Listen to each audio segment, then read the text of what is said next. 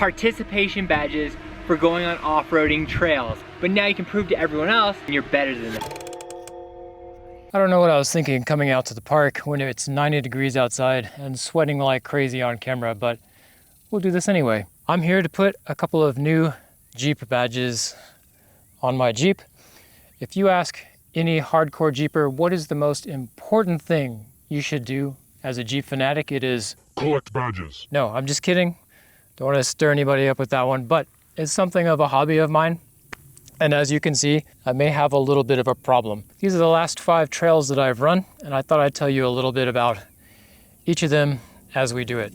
The first badge that we're going to talk about is the Goat Trail at the Crossbar Offroad Ranch in Oklahoma, a more recent addition to the Jeep badge list, and it's fairly close to me. So I got up there and I was the 10th person to check in on that trail. The park is a little bit more geared towards side-by-sides than Jeeps. There are a lot of very narrow trails. I don't think there's an air station or anything like that.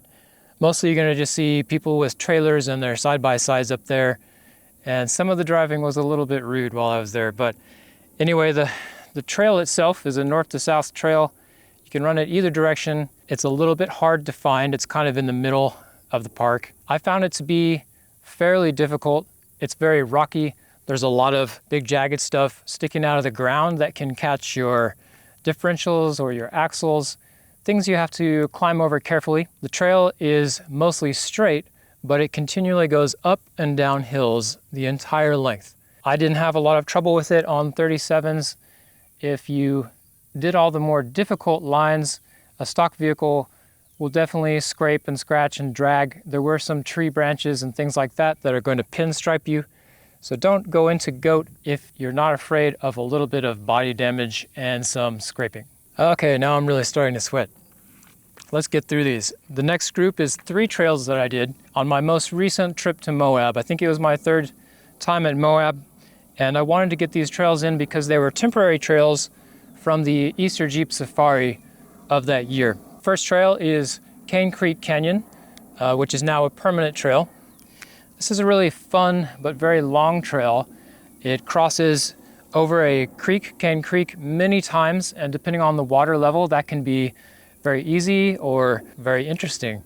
And then after you have gone a long way going over and over this creek, you finally get into some technical climbing with the famous Hamburger Hill, which is a very steep hill with a lot of ledges, big tall ledges, and it's very narrow with a drop off to the side. So there's not a lot of options to get up it, and it can be kind of difficult. I was able to get up it without winching. Another guy in my group on 40s was not able to get up. So it really just depends on getting the right line, but a very scenic trail, a fairly difficult trail. You definitely want to go with a group because of its length and because of its difficulty. The next trail in this group of Moab trails is Wipeout Hill. And I really liked Wipeout Hill. It was fairly close to town. It's just out the north end of Moab. It's very easy to get to. The trail starts right off of a paved road. It's not particularly long. It's a loop, so you go out and come back in relatively the same place. And there's amazing scenery over the course of the trail.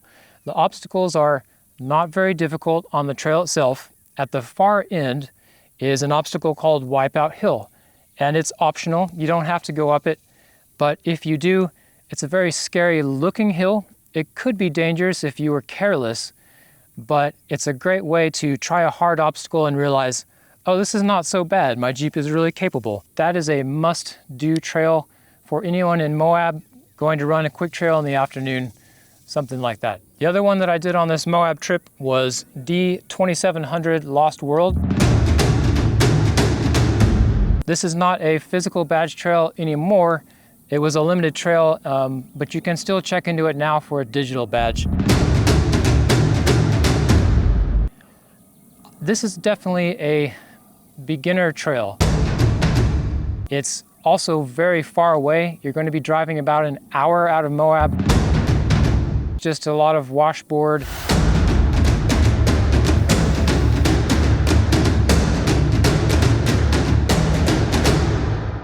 It can be a little bit tedious getting out there. The trail itself is not very difficult, There's not a whole lot of features to it, except in the middle where there's they call it the mini Hell's Gate. It's a little climb and sort of a rock formation, but all of it was fairly easy. This might be a good thing for overlanders with overlanding rigs that aren't particularly built, or it might also be a good thing to go out and get your feet wet if you're fairly new to off-roading.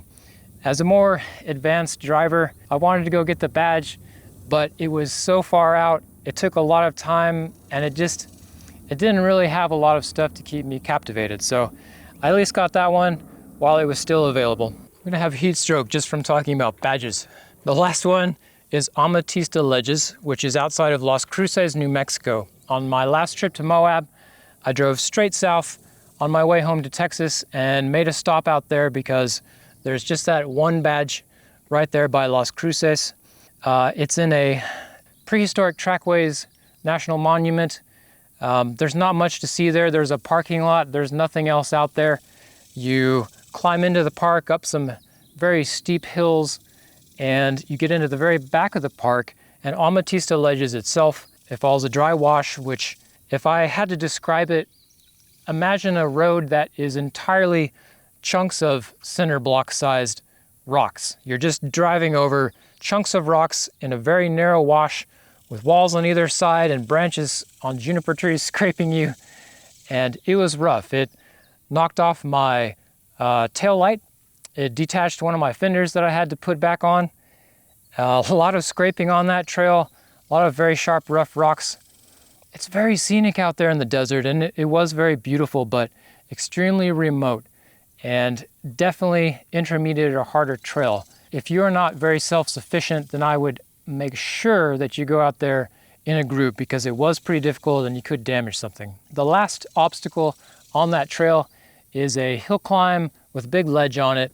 Honestly, I thought that was going to be really difficult, but I climbed right up it. So the obstacle difficulty on Amatista Ledges is not that hard, but the entire trail difficulty is very hard. And that's about where my camera overheated, so here we are back in the driveway. I just want to mention about these trails that if you want to know more, I have some videos already. For Goat at Crossbar, I have a video about all the obstacles there.